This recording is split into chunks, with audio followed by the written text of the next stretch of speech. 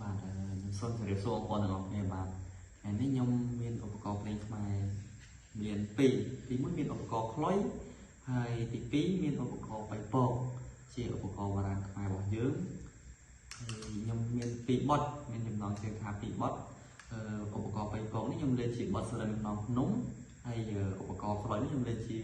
បទបំពេអញ្ចឹងបងប្អូនទស្សនាចាំស្ដាប់ដូចតទៅ